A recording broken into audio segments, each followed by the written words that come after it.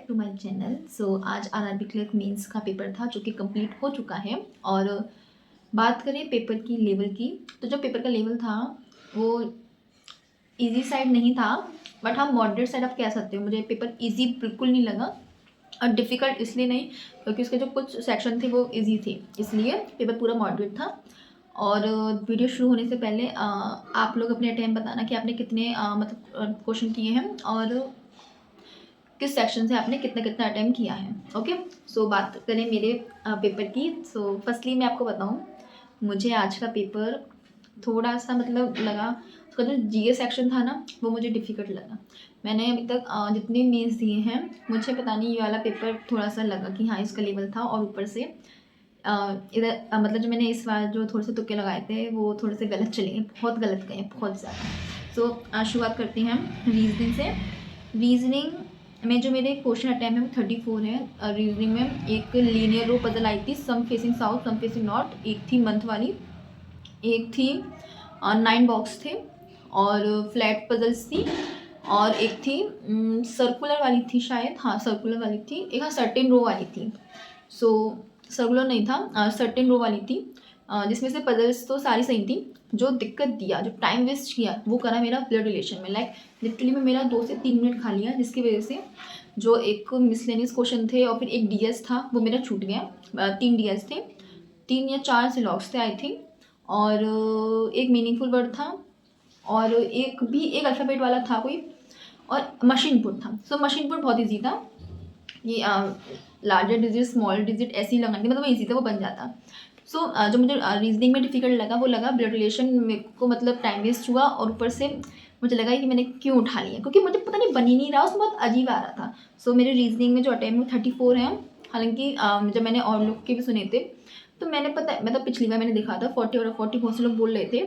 इस बार मैंने 40 तो किसी का भी देखा नहीं, तो किसी ने ऐसा बोला नहीं कि मैंने 40 क्वेश्चन करे हैं, बट 35 36 आ रहे हैं। ये मतलब अगर आप 35 प्लस कर रहे हो तो आप बहुत अच्छा टाइम कर रहे हो मेरे अकॉर्डिंग। तो बात करें कंप्यूटर नॉलेज, मैं आपको बताऊँ, मैंने कंप्यूटर बिल्कुल भी नहीं पढ़ा था। अगर किसी ने मेरी लास्ट वीडियो देखी होगी तो उसको पता होगा मेरे को कंप्यूटर नहीं पढ़ा था बिल्कुल मैंने।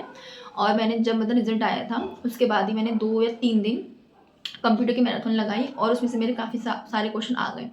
या ऐसा बोल सकते हैं इस साल का कंप्यूटर बहुत इजी साइड आया था। आरआरबी पीयू में जैसे बहुत डिफिकल्ट बोल रहे थे, बिल्कुल डिफिकल्ट नहीं था, मतलब क्वेश्चन बन रहे थे।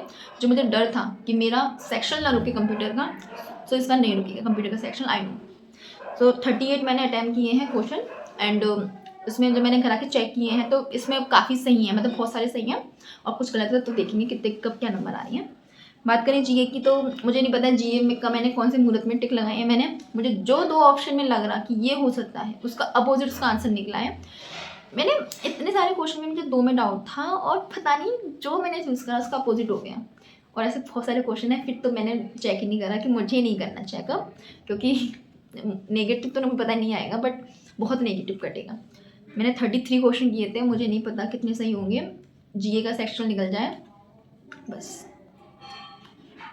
हिंदी में मैंने 38 क्वेश्चन किए हैं। मैंने इंग्लिश नहीं करी थी क्योंकि मेरा IBPS PO में जो मेरा इंग्लिश का सेक्शन रुक गया था, इस वजह से मुझे लगा कि मुझे इंग्लिश नहीं करनी चाहिए, क्योंकि इसमें एक ऑप्शन होता है कि आप इंग्लिश को छोड़ के हिंदी करो।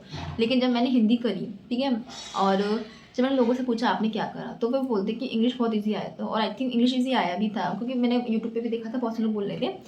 हिंदी थोड़ा सा ट्रिकी आया था, बट अब ले लिया तो ले लिया, क्या करते हैं। 38 क्वेश्चन इसमें कर लिए हैं। 2 क्वेश्चन जो बहुत ही मुझे बेकार लग रहे थे वो मैंने छोड़ दिया था। क्वांट में पता है मुझे लग रहा है मैंने टाइम वेस्ट कर दिया। इसमें एक जनवरी फरवरी वाली थी शायद, एक DI थी कैसलेट वाली, जिसमें मैंने पूरा डाटा बना दिया। अब मुझे समझ में नहीं आ रहा कि मुझे सॉल्व कैसे करूँ, मैंने उसको छोड़ा। बट सबसे पहले मैंने सिम्प्लीफिकेशन किया था। मैंने सबसे पहले वो क्वेश्चन किए थे जो बहुत ईजी थे। 4 DI आई थी, जिससे जो एक DI थी टोमेटो ट्यूगी वाली, बहुत ईजी थी। उसमें से 6 क्वेश्चन निकाल लिए थे। फिर मैंने मतलब मैंने ना DI छोड़ दिए बाकी सारी, क्योंकि एक DI में टाइम वेस्ट करने के मुझे समझ में आ गया, DI छोड़ो, बाकी क्वेश्चन को अपने हाथ में लो। मैंने जो क्वांट में जो अटैम्प्ट किए हैं वो 27 क्वेश्चन अटैम्प्ट किए हैं। अब कोई बात नहीं। ओवरऑल जो मेरे अटैम्प्ट करते तो कुछ होना नहीं है, जस्ट बिकॉज एक तो कंप्यूटर का आधे नंबर हो जाते हैं, और जीए में आप कितना भी अटैम्प्ट कर लो, मतलब मैं अपनी बता रही हूँ, मैं अपना कितना भी अटैम्प्ट कर लूँ, मेरे नंबर इसमें 10 भी आ जाए ना, मैं मतलब मेरा सेक्शन निकल जाए इसका तो ठीक है, बाकी जो होगा देखा जाएगा। अपनी तरफ से मैंने बेस्ट किया, बाकी पता चले। सो रीजनिंग में मैं रिपीट करूँ कि मेरे मार्क्स कितने बनने हैं। सो रीजनिंग में मेरा 42.5 बनना है। रीजनिंग में ऐसा कोई भी क्वेश्चन नहीं है जिसमें मेरा डाउट हो, ठीक है। बात करूँ कंप्यूटर नॉलेज, तो कंप्यूटर नॉलेज में 19 मार्क्स का हो जाएगा, 38 19, जिसमें से अब पता नहीं कितने नंबर आएंगे, कितने सही होंगे। हिंदी में 38 ही है। क्वांट में हो जाएगा 33.75 एंड लेट्स होप क्या होता है, क्योंकि इधर रिजल्ट नहीं आता, कुछ नहीं कह सकते। और आप लोग अपने अटैम्प्ट बताना कि आपका कितना अटैम्प्ट हुआ है। एंड अगर आपको कोई भी आंसर याद हो कि इसका ये है जीए का, प्लीज़ मुझसे मत पूछना। मेरे को बहुत धक धक होता है कि भाई ये क्यों है, क्योंकि जब मैंने IBPS कर किया था, मैंने चेक किए थे, मेरे बहुत तुक्के सही जा रहे थे। जब सही जाते थे ना तो मन करता है चेक करने का, बट इसमें मैंने चेक किया 3 से 4 क्वेश्चन मेरे गलत जा रहे हैं, मैंने बंद कर दिया, भैया मुझे नहीं देखना है। एंड जीए के अलावा अगर कोई हिंदी का याद हो आप पूछना। और meet you in my next video. So if you new on my channel, please subscribe my channel. Bye bye.